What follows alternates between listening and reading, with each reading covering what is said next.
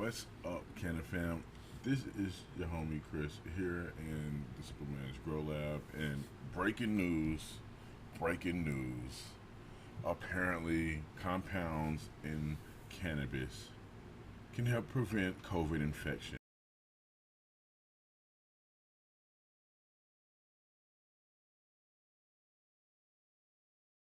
What?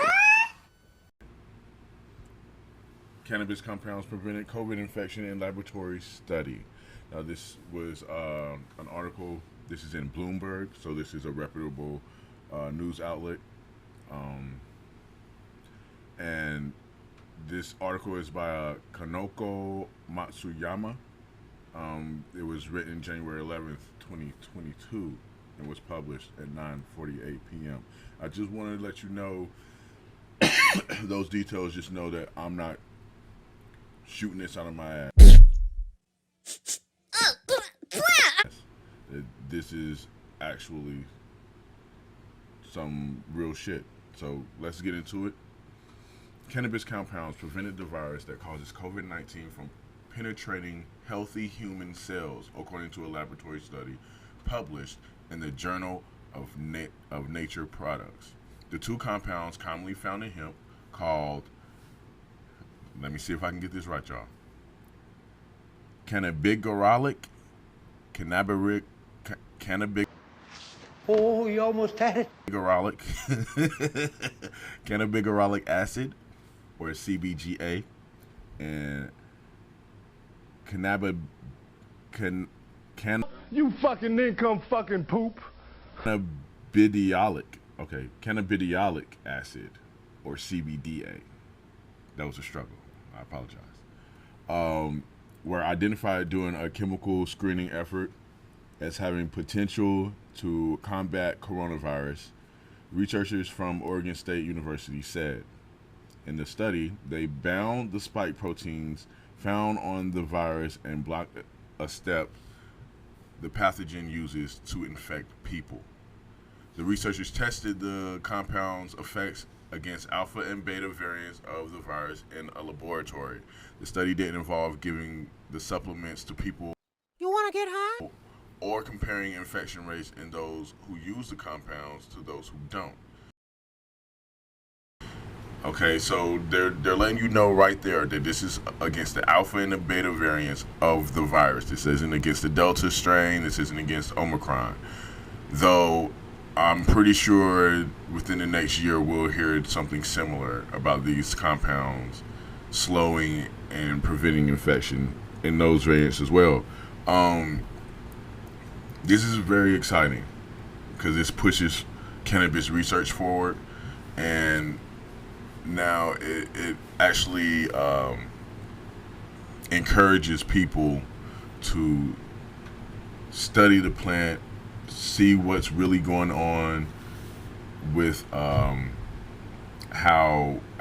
these compounds are interacting with the human body. I mean, you have THC and CBD receptors already in your body, so or at least place receptors within your body that these enzymes can fit into. That's similar to the spike proteins. What most viruses do is they mimic another protein shape in order to fit into those receptors, and then it takes over the cell, right?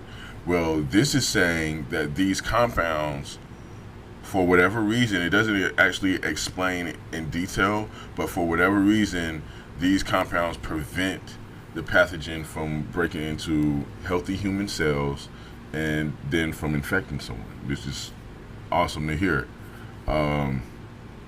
So yeah, I mean, it goes on to say probably nothing else. Hemp is a source of fiber. Food and animal feed and extracts are commonly added to cosmetics, body lotions, dietary supplements, and food. These compounds can be taken orally and have a long history of safe use in humans, said Richard Van Bremen, a researcher with Oregon State's Global Hemp Innovation Center. They have the potential. Now, we're not saying that you shouldn't take any shots. We're not saying that this is a better alternative. I'm just reporting on the news as I read it, okay? It says they have the potential to prevent as well as treat infection by SARS-CoV-2.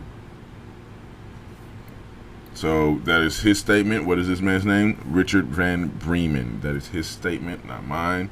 I am just the messenger. YouTube, don't shoot the messenger. And okay, so let's look up cannabigorolic acid. Cannabigorolic. Cannabigorolic? I'm gonna stop. Anyway, cannabigorolic acid, CBGA, is the acidic form of cannabigerol, which is CBG. It is a dihydroxybenzoate. I'm going to guess that is a dual hydrogen and a singular oxygen protein within a benzene. Yeah, it's phenol. It's a phenolic acid. That's exactly what it is. Trust me. Or actually, it's one hydrogen, one oxygen protein surrounded by benzene. I'm pretty sure that might be it. But it says dihydrox. I'm going to shut up. And olivetolic acid? I've never heard of that. Isn't it? Olivetolic acid is an organic compound that is an intermediate in the biosynthetic pathway of the cannabinoids in cannabis sativa. Okay, cool. In which the hydrogen at position 3 is substituted by geranyl group. It is a biosynthetic precursor to delta-9 tetrahydrocannabinol, which is the principal psychoactive constituent of the cannabis plant. I know I stumbled over that word too. That ain't hard. It is also a diterpenoid, a polyketide, a member of resorcinols, and phytocannabinoid. Okay, that's interesting. It derives from olivetolic acid. It is a conjugate acid of a cannabigorolic. Okay. So, yeah, enough of those confusing compound words. I was not great at chemistry, even though chemistry is fascinating to me. There's too many formulas and things to memorize for me to be into chemistry. But I'm into these compounds as they're being stated, because it's very interesting. Like, okay, let's go on.